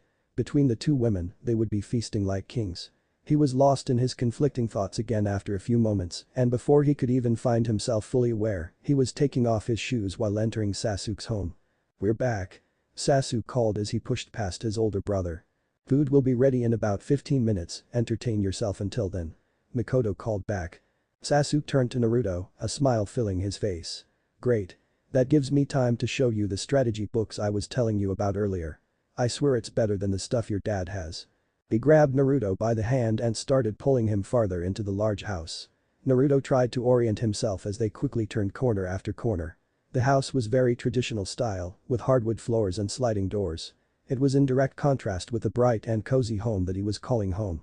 Naruto wasn't sure why he suddenly felt bitter as his self-proclaimed best friend pulled him into a room on their left. He tried to shake that feeling. It wasn't fair. He should want to see a happy Sasuke rather than the book who had been stripped of all he loved and was in constant pain. This is my dad's study. We use the shelves as the family bookshelf. It should be. Sasuke paused as he focused on one of the shelves. Naruto took that moment to walk forward and glance at the massive amount of books littering the walls. It seemed that the Uchiha family had texts ranging from history to advanced. It's not on the shelf, I think I left it in my room. I'll be right back. Sasuke was already gone before Naruto could say okay. Naruto turned back to the shelf. His hand came up to lightly brush over a large dark blue tome. After a slight hesitation, Naruto pulled the heavy book into his hands, flipping it open to a random page. Interested in history? Fugaku's voice startled Naruto into almost dropping the book. Naruto recovered quickly. I was just wondering if what I remember is different from what actually happened. He momentarily wondered if he should explain why he was in the room alone before Sasuke walked back in the door. Here's the book, Naruto. My mom told me to call you for dinner, though. We can look at it at your place tomorrow. Naruto nodded as Sasuke popped out of view as Mikoto called his name, the big blue book still clutched in his hands tightly. You can take that home with you and read it if you want. Your father or mother can explain any differences. Fugaku gestured to the history book. Thanks. Naruto released the book slightly as he walked out of the room, following the smell of dinner. Fugaku didn't think about the exchange that took place in his study until an hour after the Namikaze family left for the night. What is Itachi? Fugaku asked his older son who was standing in front of his heavy oak desk. I think they made contact with Naruto. His voice was steadier than it felt. Itachi was always the top of his class, easily beating those around him, but this entire situation was like playing catch-up. It felt like he was 5 steps behind and didn't even know where the game was being played anymore. Fugaku's eyes narrowed. He didn't want to believe it was possible. Where? When? I need more details. Sometime before we arrived for dinner at the Namikaze house. Fugaku shook his head firmly. That's impossible. Kushina's seals are impenetrable and we have extra patrols. Why would you think that? Itachi shook his head. He couldn't counter what his father said. It did seem impossible that they had made contact, but he was sure they had. I can't be certain, but when I arrived to escort the boys, Naruto was burning a piece of paper. I can't imagine why he would be outside, alone, burning paper if it wasn't something from them. Fugaku leaned forward. This did sound bad. Could you read what it said? Itachi sighed. He hated to disappoint his father. Only one word. Naruto was trying his best to distract me from it. The paper had the word genocide on it. I'm assuming that it's referring to the Senju clan genocide. I'm not sure why that would be important. Fugaku rose quickly and crossed the room to the bookshelf Naruto had been standing at earlier. Naruto borrowed a history book tonight. Did it have information on the Senju clan genocide? Itachi asked as he joined his father.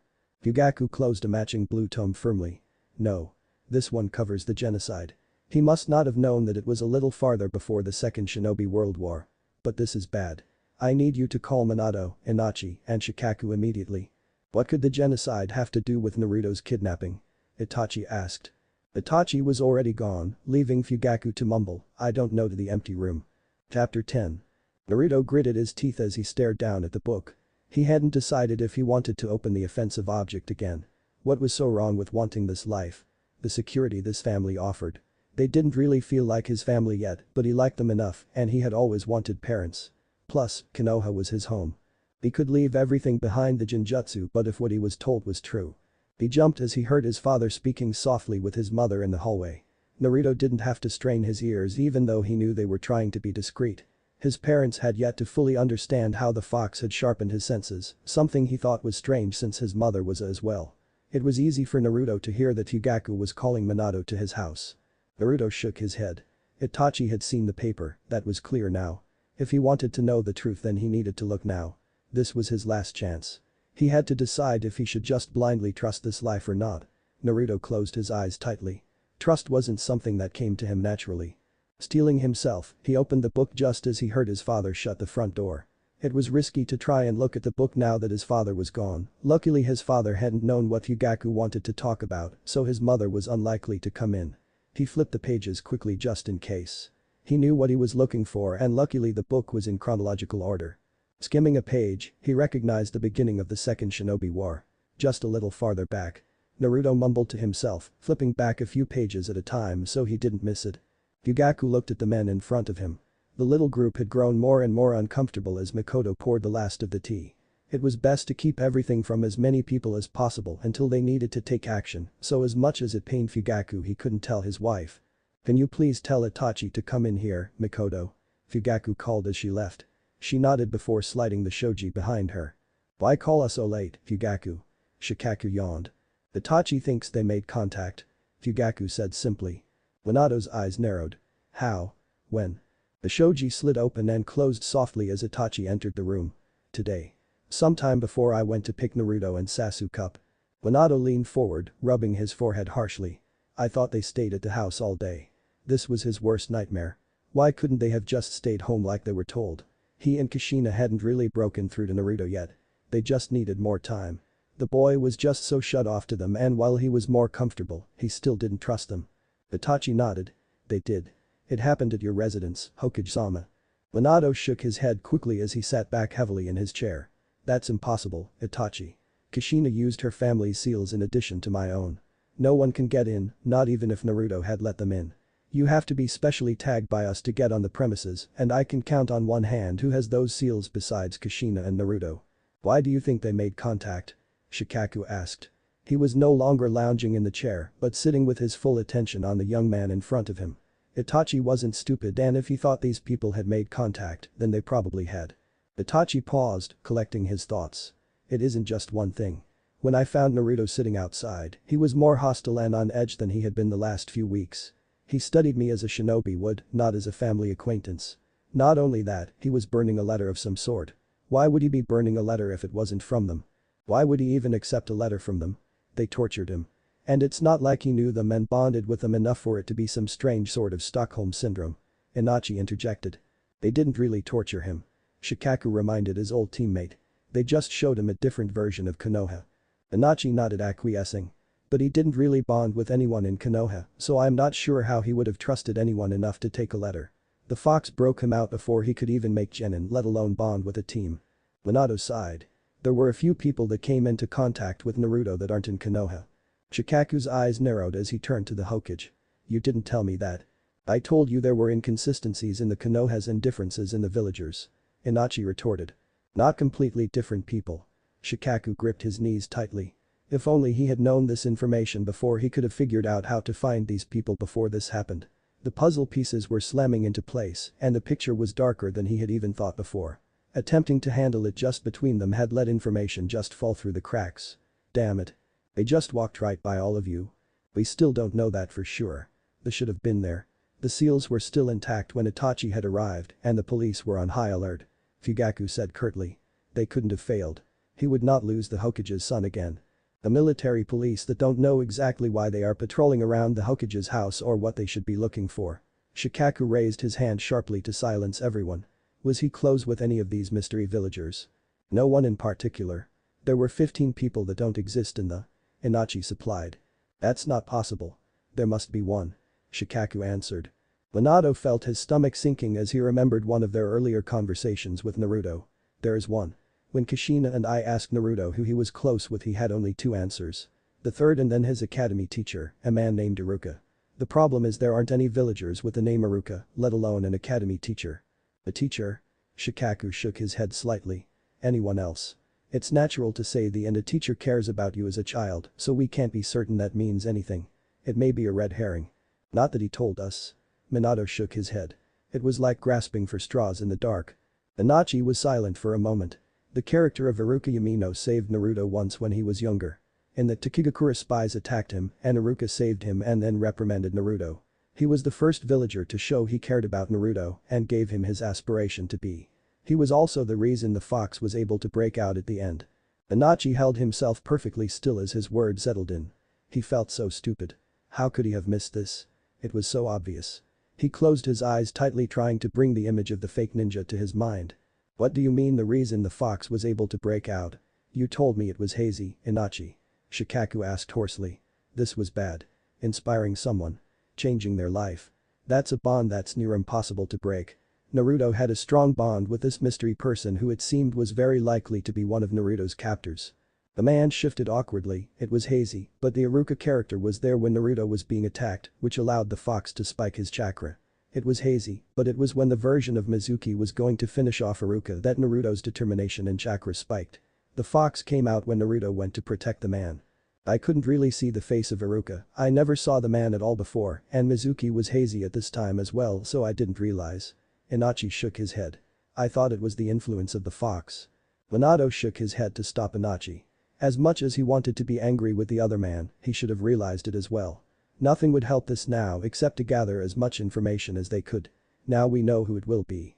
We need you to write down everything you know about Inochi. Everything. Did you see any of the letters, Itachi? Shikaku shifted the focus back to the younger man. Only the word. Genocide. Itachi answered quickly. We believe it may be the Senju genocide. Fugaku supplied. Naruto also took a history book that spanned the few years before the Second War to the peace before the Third War. I didn't know they had contacted him when I gave him permission to take the book. Then it can't be the Senju genocide. That was long before the Second War. Shikaku shook his head. I startled him when he had first taken the book. I think he probably didn't realize it was not covered in the book. We have to find out for sure and we need to make sure they can't contact the boy again. Shikaku drummed his fingers on his leg. Hokage-sama, you need to watch him closely and get as close to him as you can. I'm going to be blunt here, you need to bond with him sir and you haven't done it yet. Naruto drummed his fingers on the page. It was all there. How had he not known about this? And who was lying? Was Iruka-sensei or the man that played him lying? Was the book lying? How was he supposed to know? But what he was told made more sense than what was in the history books in front of him. And politics were a lot more complicated and dirty than he realized before. Underneath. He'd heard his father the fourth Hokage discuss some things with his mother about the other country's politics that really surprised him, but could Konoha be that bad? Was it really rotten? A knock on his door startled him. Hi Naruto, can I come in? His mother's voice drifted through the door moments before the door. It was a habit that his mother had and he was still trying to get used to. He really didn't need to respond because she would come in anyway. Yeah. His voice squeaked embarrassingly. Kushina swept into the room before he could hide the book. What are you looking at? The redhead snatched the book from the bed, looking at the section he was reading. The wild energy that seemed to always flow through her evaporated. Oh. She shut the book and took a seat next to her son. She wasn't sure what to say for a moment. This wasn't how she watched to discuss this with her son. Who told you? Told me? Naruto asked slowly. Was she going to tell him the truth? Did she know? Why would she stay here if she had known? That I'm from the land of whirlpools. I wanted to wait until you were more settled in before introducing you to the clan history and techniques. I guess I knew I would have to start here sometime. Kushina felt herself beginning to babble. Naruto was dumbfounded for a moment. She was from Whirlpool. That meant he was as much a part of Whirlpool as he was fire. I didn't know. I was just reading. So I could have been born in Uzushiogakure. Kushina laughed. Well I wouldn't have met your father if I didn't come to Konoha, so probably not.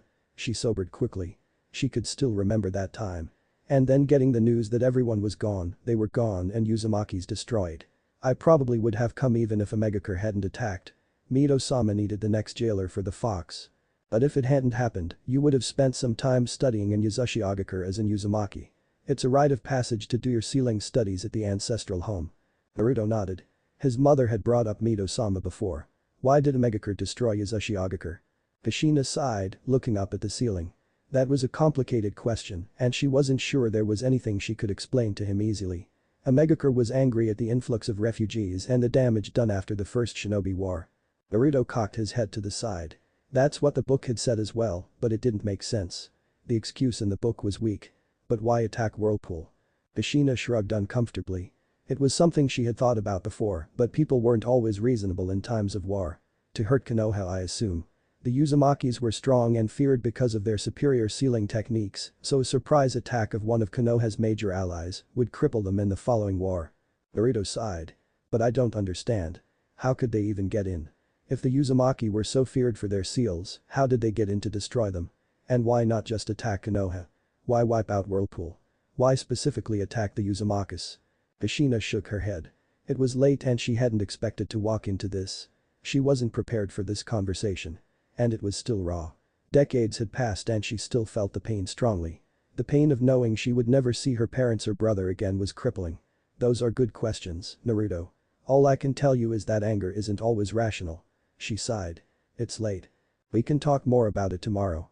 She stood quickly, running a hand absently over her son's hair before leaving the room. Tomorrow she will explain it better. She couldn't answer all his questions, but she could help him try to understand and help teach him the culture that had been so brutally ripped from them. Chapter 11. At times his mother had told him that she was almost certain that he could see the future. Every time she said this, Itachi scoffed and shook his head. He, like his father, only used logic. But tonight, Itachi was wondering if maybe his mother was onto something. It was a nagging feeling that brought him to the roof across from the Hokage's house. And his timing was just right to see the young boy leave through his window. Itachi knew that the Hokage would still be discussing strategy with his father and the others for a while longer. Itachi himself had only excused himself from the meeting because of that nagging feeling. It couldn't be explained as simple intuition. Itachi followed the smaller boy as he headed towards the third training ground, the only thing in this area. As they quickly reached the clearing near the memorial stone, Itachi made his presence known. What are you doing here, Naruto? It's late and your parents will be worried. Itachi landed softly in front of the small boy. Naruto started and took a few steps back from the older boy. Are you following me? Itachi felt a small wave of affection for the small blonde. While he hadn't known him very long, he reminded him so much of his brother at times. It was easy to like the child. Of course. We can't have you getting lost again. Itachi flicked the boy's forehead without thinking about it before snapping his hand back. You weren't getting lost though, were you? You were meeting them. Naruto crossed his arms, definitely looking away. Why do you care? Because while you're not blood, Naruto, you're a precious person to the village, my clan, my family and me. Why are you going? Naruto sputtered for a moment, looking unsure before glancing behind Itachi and pulling himself up to his full height. To know the truth. The truth about what? Itachi pressed. About his home. Itachi jumped. He hadn't even noticed anyone else enter the clearing. He turned to look behind him to see the obscured form of two men and a woman. He angled himself in front of Naruto. This is his home. Itachi cursed himself for leaving the three-pronged kunai back at his house. When he was charged with watching Naruto, he was given one so that the fourth could arrive quickly if need be. It is and it isn't. But for both cases, he needs to know the truth. The shorter man came forward, stepping into the moonlight. The deep scar along his nose didn't detract from his welcoming smile. Don't listen to them, Naruto. Itachi tried in vain to warn the boy. Nothing he could say would stop the younger boy right now. He could feel the determination rolling of the small figure behind him. Ask a question if you want to know the answer, Naruto. You have to choose to know this yourself. We won't force you to make any decisions and we won't lie to you. The man took another step forward. Itachi clenched his fists tightly, trying to keep the smaller boy blocked from view. He hoped this didn't come to a fight. He was talented, but defeating 3 high-level shinobi based on their chakra reserves was not really something he was capable of. Especially if Naruto was unwilling to cooperate with him. They've already lied to you, Naruto. That was a lie. The woman stepped forward now, joining the man. We aren't here to fight, young Ichiha. We just wish to talk with the boy. And that wasn't a lie. It was the true nature of the village. It was an alternate path. It was as realistic as the one the world followed. Itachi scoffed. Real? You made my brother clanless at the hands of me. You had the village turn against Naruto and treat him poorly. That's not the village I know. The woman tutted. You are a very logical boy. Think. It is the village. We are aware of the problems within your clan. The unhappiness which would have bloomed had the fourth died. We know you, my boy. We know your logic. Take a moment to think about it. The path you took would be clear. Look underneath. Itachi flinched as the common shinobi phrase left her lips. He had thought about it and to some extent it had made sense. It was logical, but he wouldn't give them that satisfaction. They weren't in the right. They had stolen the boy that now seemed so willing to go to them. Naruto stepped around the older boy while he was distracted with his thoughts. I want to know. Know what? There is a lot to know, Naruto. Where is it that you want to start? The first man smiled brightly at the boy. The natural trust in the interaction didn't get past Itachi. I want to know if what the history books say about Whirlpool is true, Haruka-sensei. Was it wiped out by aim? That's a good place to start, but first I want to ask why you don't believe the history books. It doesn't make any sense. And aim's not that powerful. How did they infiltrate and wipe out a powerful nation? Everyone was scared of Whirlpool. How did they get past the seals? How did they kill all the clans? Kill all those shinobi so quickly that Konoha couldn't help? Those are very good questions. And you are right that the history books are wrong. But as they say, history is written by the victors. The man glanced back at the older man before turning to Itachi. What do you think, young Ichiha? You're from a clan of logic. Does this make any sense? Itachi felt increasingly uncomfortable. It was obvious now that it wasn't the Senju genocide that Naruto had wanted to look up, but the Uzumaki genocide, or better yet, the destruction of Whirlpool. He would admit that the facts surrounding the incident were vague at the very least and downright convoluted at their core. They don't know the answers to this question, Naruto. That's why they're stalling. We'll go back and I'll help you to find out the answers. Your mother and father will know more. We'll all work together to figure out what happened. Oh, I'm certain his mother doesn't know the truth about this at all. The woman spoke again. And we don't believe the fourth knows much more than her if he knows any more than her. And you know anything about this? Explain it then. Itachi challenged. It's not like any of you were there. The older man finally stepped forward to join his two allies. We were all there. They were too young to remember it all, but I remember it very well. Itachi froze as he finally took note of the distinctive red hair of the older man and woman. The older man continued once more. I think the best answer to your question is another question. Why aren't there Uzumaki refugees in Konoha? There are refugees from Whirlpool, not only Uzumaki scattered in all the other major countries. Yet there are none here in Whirlpool's supposed greatest ally. The man made a quick movement with his hand. But I think the discussion is best had without you interrupting us anymore. The next thing Itachi knew, he was coming to a bright hospital room, surrounded by several upset voices. He blinked rapidly as the Hokage and his father crowded at his side. He could see Kushina and his mother at the foot of his bed. Her tear-streaked face was all he needed to know that Naruto was gone once again. Shikaku and Inoichi were farther away from his bed, and his little brother was fast asleep in the chair pulled next to his bed. Where were they from? We can't find any trace of him, but we can send someone after them as soon as we know where they are from. The Hokage's voice, while hushed, was nervous and rushed. Itachi blinked a few more times as everything he had heard the night before came rushing back. He didn't fully understand, but the picture was mostly clear. He pushed himself up before setting his gaze on Kushina. Whirlpool. Thank you so much for watching this video. I do hope you enjoy this scenario. If you want the next part of this video, turn on that bell notification. Like, subscribe and comment down below. And also check out the others' videos I have created and enjoyed it. See you guys next video. Until that, take care.